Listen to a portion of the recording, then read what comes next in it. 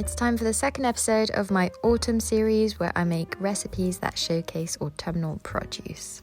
It's Apple Appreciation Week and I'm making toffee apple cinnamon rolls, a perfect bake for Halloween or this Sunday for bonfire night if you're in the UK. I'm starting off by making a brown butter. This is optional, but honestly, is there anything that can't be improved by brown butter? It is one of my favorite things in the world. You just put it in the saucepan and let it melt, and then it becomes all frothy on top, and then you start to see the froth start to brown. That's when you've got to take it off the heat and cool it down immediately by putting it in some water, and then just leave that in the fridge to set up a bit. Then I'm starting on my enriched dough. I've adapted this recipe from a recipe of Maurizio, aka the Perfect Loaf. I highly recommend his channel and blog if you have a sourdough starter. He's amazing. If you don't have a sourdough starter, then you can also use yeast. I've put the full details of the recipe below and on my blog as well. Make sure each teaspoon of butter has fully incorporated into the dough before you add your next one. And then once that's done, you leave it for its first proof. Now, if you're using sourdough, you want to leave it to proof for a couple hours and do 2 sets of stretch and folds like I've done here. If you're using yeast, then you just want to leave it to proof for an hour.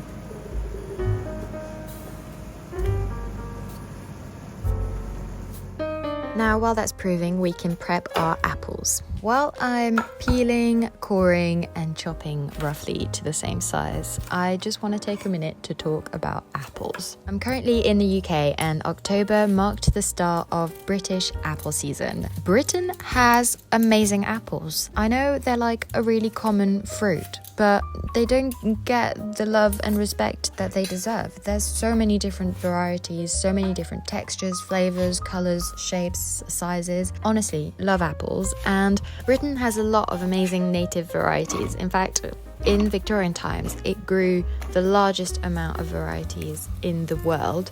It now has about 2,500 different varieties, although we don't really see those on supermarket shelves. In fact, we import over 70% of the apples that we consume, which is really sad because the British apple growing industry is actually suffering right now. Quick break from my apple TED Talk for a stretch and fold pause. So taking my dough and just going to stretch it out 4 times. So 1, twist, quarter, stretch, twist by a quarter, etc.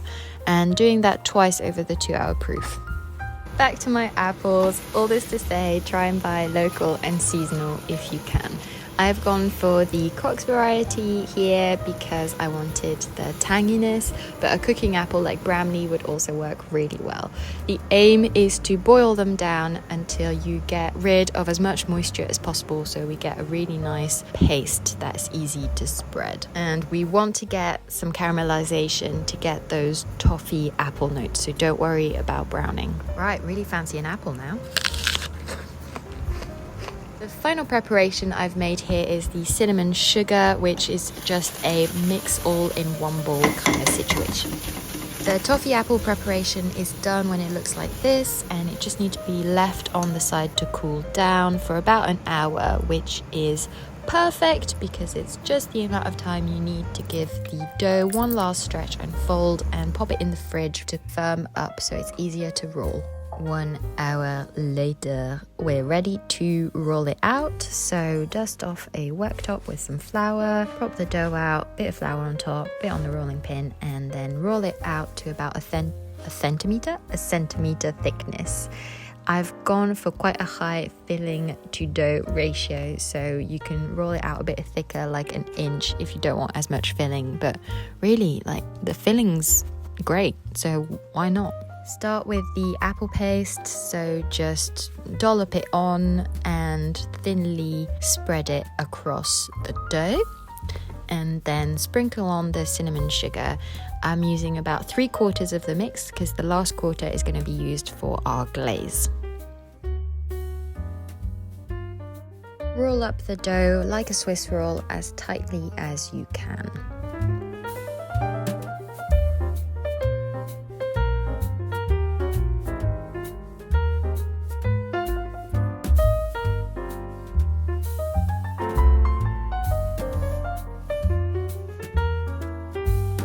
Then divide it into 8 individual rolls.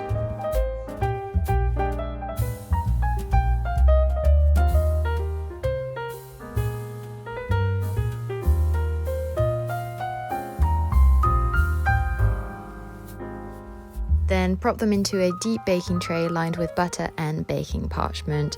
Give them a little space to grow in between each roll. Then if you're using sourdough, they'll offer a sleepover in the fridge. If you're using yeast, then just prove them for 2 hours and then they're off in the oven to bake until they're nice and brown and golden. And for the final flourish, I'm using that leftover quarter of the cinnamon sugar and boiling it with some cream, stirring continuously. It will thicken from the flour that's in there.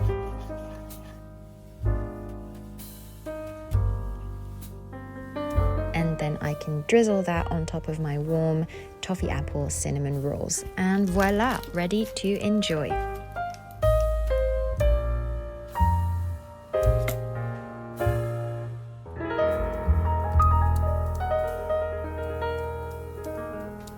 As always, I hope you enjoyed this video. Please make sure to like and subscribe for more every week.